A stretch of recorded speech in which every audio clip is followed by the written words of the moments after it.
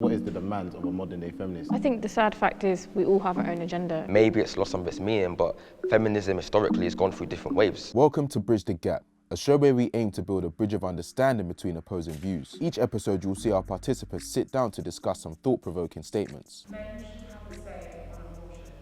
If they disagree with the statement, they'll leave their seat and allow those that agree to explain themselves. It takes two people to create a child. Those that disagree then return and express themselves to the rest of the group. Say the guy is not around when you find out you might be pregnant and he can't really have a say, like he's in another country. Hopefully building a bridge of understanding. Let's see what happens.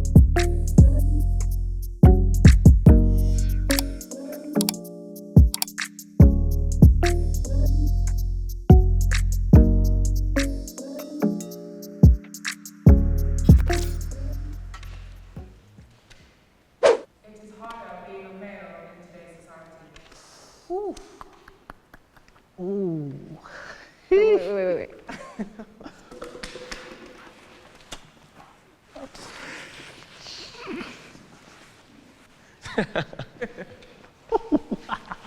This is awkward. Well, there's no... Should we just come back then, because there's no one to talk now. I feel like we started that conversation already. Oh, I was like... It's complicated, though, isn't it? It is. It's multifaceted. There's different layers to it, and it's all context-driven. Do you know what I mean? If we're talking about police brutality, it probably is harder to be a male. If we're talking about, the weaponization of females, it's probably not harder to be a male. So to me, it really does depend on what scenario are you placing this question in.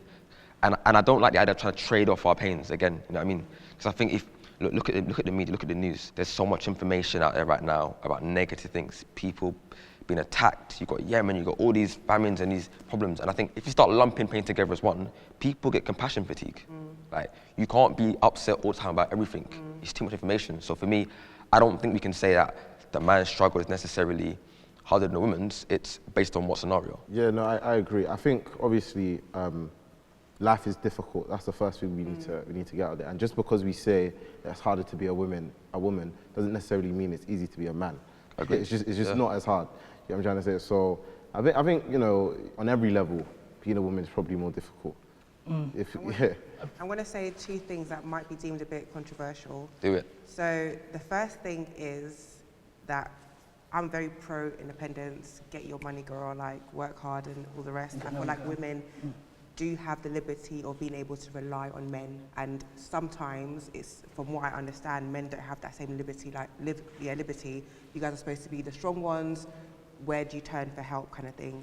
And secondly, in terms of expressions, I think the conversation has begun, which allows men to travel more down like the umbrella of emotional intelligence and expressing yourself and mental health.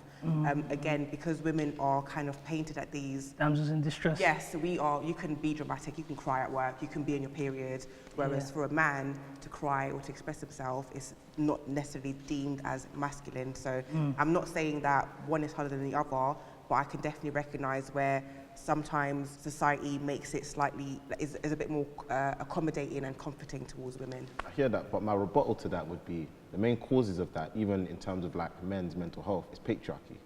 Patriarchy is what says to men, you can't express yourself, you can't be emotional. So even when you look at struggles that men face, we've created them for ourselves. We've created, a toxic culture around not being able to express yourself. And even what I'll say to you about, for example, women being able to rely on men, that's even problematic for women in the sense that they can't leave a toxic relationship. They can't leave the man if the man's beating them because they rely on him economically, right? And I think in this sort of age, one of the great things that has come about because of feminism is the divorce rates have skyrocketed. The reason for that is because now women have the economic power to leave their man.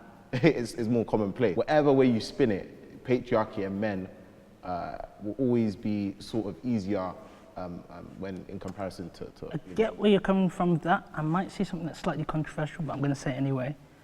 I think it's in the case of men feeling that it's okay to be vulnerable. I'm going to use the stark example of beard gang, because I think it's probably the easiest one. Women like beards, so men have beards. If women didn't like beards, allegedly, I'm just going off my reality, right? Now, you shave off that beard. I mean, I saw a lot of people do it during COVID, and they got absolutely rinsed for it. Now, I don't know if that's denigrated their mental capacity, but Point being, I feel in certain situations regarding emotional intelligence, especially in males, I feel women have some control over the needle. And I say it in the sense whereby softening the environment in which men can feel vulnerable, there is a shoulder to cry on.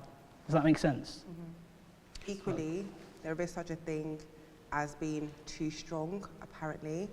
As a black woman, where I am, I guess, allowed to be so emotionally expressive, I find myself sometimes being told that I hold myself together too much. I don't really understand where that narrative comes from. And I feel like it's similarly like conditioned through the system, I think. Yeah, it comes from men. Yeah, I agree, man. I think I want to try and get to the root of the problem, just going back historically. And I think there's a perceived biological view that men are superior. And I think that's what formed the whole ideology of patriarchy. There's like a perceived view that men have this dominance about them, based on our physicality, based on other things too. And there's a perceived view that from a, an emotional point of view, look at the way that the history and the culture is sent down to us. The dual burden, women raise families, they're at home, they must do this, they're nurturers, men must be breadwinners. It goes back to the history of how we perceive the power differences between males and females, and from that now, it's become what it is today. But also on that context, we also have to understand there's an economic footing in making men hypermasculine. There's a hypermasculine, like men's fitness. I mean, going back to the time of Vikings, I don't know, and just as an example of strength. And where we are now in society, for example, slightly off cuff, but for example, the engagement ring, that was created as a marketing tool by De Beers. Yeah. That went all the way around the world, and now men are expected to buy the wedding ring, then they're expected to propose, because that's an idea that was put into men's heads, that was an image put into the world's head, that's how things should run. Yeah, but who put them there? It was men. No, we don't know that. I don't know that. I'm just saying I wasn't on the marketing team for that. We've argued that men hold significant power, not just in the economic sphere, in all spheres. So obviously the people behind a lot of these marketing campaigns are men themselves. I know, but I'm just saying off the idea that De Beers and their marketing team got together. I'm just saying, being specific, I don't know who was in that marketing team. I don't know who the brainchild is. I can say that De Beers at that time was mainly male dominated, yes I can, but I'm just saying I don't know who the brainchild is. Yeah, but I'm saying a lot of the problems we've discussed even today and around feminism are all stem from patriarchy, which is, the essence of men's superiority, the hyper-toxic masculinity of men. Like literally all of it all stems from men. We created this environment for ourselves. A quick question about that. So patriarchy means that women, if we go back to staying at home, women stay at home, men go out to work. Surely going out to work is harder than staying at home. But nowadays we do have women saying, even though I can go out to work, I will choose to stay at home. I know it's not always, if you have kids, it's not always as easy as it looks. I thought, again, I don't want to compare the two hardships. It's just two different They're two different things completely. It's not easy to maintain a household. Oh yeah. So we've seen our Can be a mothers. full-time job. Exactly, and nowadays especially we see mothers, you've got your husband, you've got your kids, and you've got a job as well. So it's like, I'm not going to try and compare the two, but then the financial responsibility of sustaining a household, I don't know what that's like to be the head of the house. If I lose my job, quote unquote, as much as we're saying that, it's a bit toxic to rely on your husband, you know that your husband is going to make it happen, or at least you expect it. Again, it's a conditioning that we have. We have that freedom, that little bit of security to know that, And that's a good thing. But the problem was that women never had a choice. Their In the only first option place. was to stay at home. Yeah. That's the problem that people were fought against. And it's not that. Men were forced to, because a man couldn't stay at home, your reputation would be doomed. Like people look at you like you're not a man because you don't go and provide. Yeah, and now men do sometimes look after kids and women. But I think I think moving forward, we want to get to a society where, of course, we have equity. Men and women are equitable, and also men and women both have the choice to either stay at home and be caregivers or go out in the world. But what I will say is that in this day and age, women are finding themselves doing the emotional labor at home, cooking, cleaning, looking after the kids, doing all of that, and still working. So if anything, it's even gotten worse. I'm trying to say, we have a lot of single parent homes in the UK. You know what I'm trying to say? So women are being caught doing both. So if anything, we've regressed because men aren't being men and are actually looking after the home. They're not doing that. I think Well, we live in a society, sorry to cut you off, where everybody wants to prove that they can. And I consider myself a modern feminist. And what that means for me is that I very much stand for, you know, changing how women are perceived in the workplace and within the world in terms of their expressions. I very much believe in some of the traditional gender roles within the home. So I do feel like my place is at home. I do feel like a lot of the responsibility regarding sustaining the everyday life of my household does boil down to me.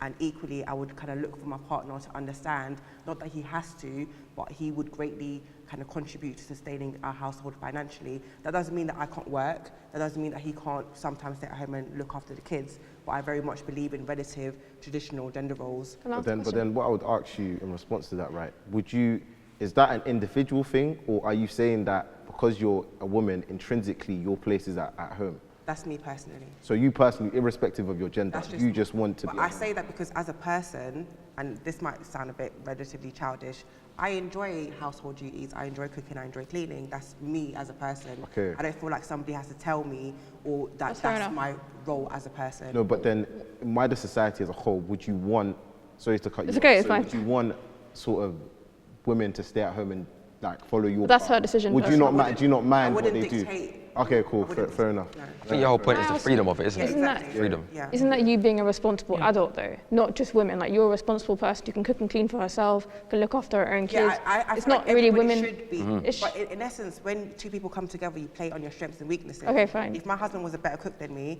Then he's cooking. That's okay. Okay, But okay. I'm saying that I definitely would make that a relative priority, like to make sure that it makes me feel like a woman. Is But that feminine? It doesn't have to mean something for another woman. Yeah. Okay, I kind of get what you mean. I hear what you're saying, yeah, it makes sense. I just want to also come off the back of that. Also, the other bit in this equation is culture. Culture is very, very important. I mean, from my Nigerian background, even though I have a much more modern day view of what a man should do, there are still some stoic mentalities and ideologies that African culture still has. And when you're intertwined in a relationship and you meet the other people's, your other half's parents, they may have a completely different idea of what you should be doing. And that may sometimes place pressure on you to act a certain way, although it's backing up the patriarchal society's view of what a man should do. So there are pressures on both sides, but I think because the world has been reinvented so much, and now males and females understand what the system is, I think in our own way we also have to deconstruct our own biases, and we can't let ourselves get in each other's way in that concept. Like, I mean, even at home, like my dad cooks, you know, and I mean, for Nigerian men, some of them just don't do that. It's just not a thing. It's always been, you know, a woman that cooks. But at the same time, I think we have to hold each other to account. Although we understand that patriarchy is the wider game, but patriarchy is going to be there. Yeah. I mean, it's just not, we can't do much about that, but what we can do is own our own biases and how we treat each other and how we kind of break the cycle, essentially. I agree. I mean, like, let's be honest, yeah? Can we just like normalize that men and women are different? But like, our differences don't need to equate to inequality. Like, why does the disparity have to mean we're unequal? No, we're different, and let's support that and champion that. Like, it's cool to be different, you know?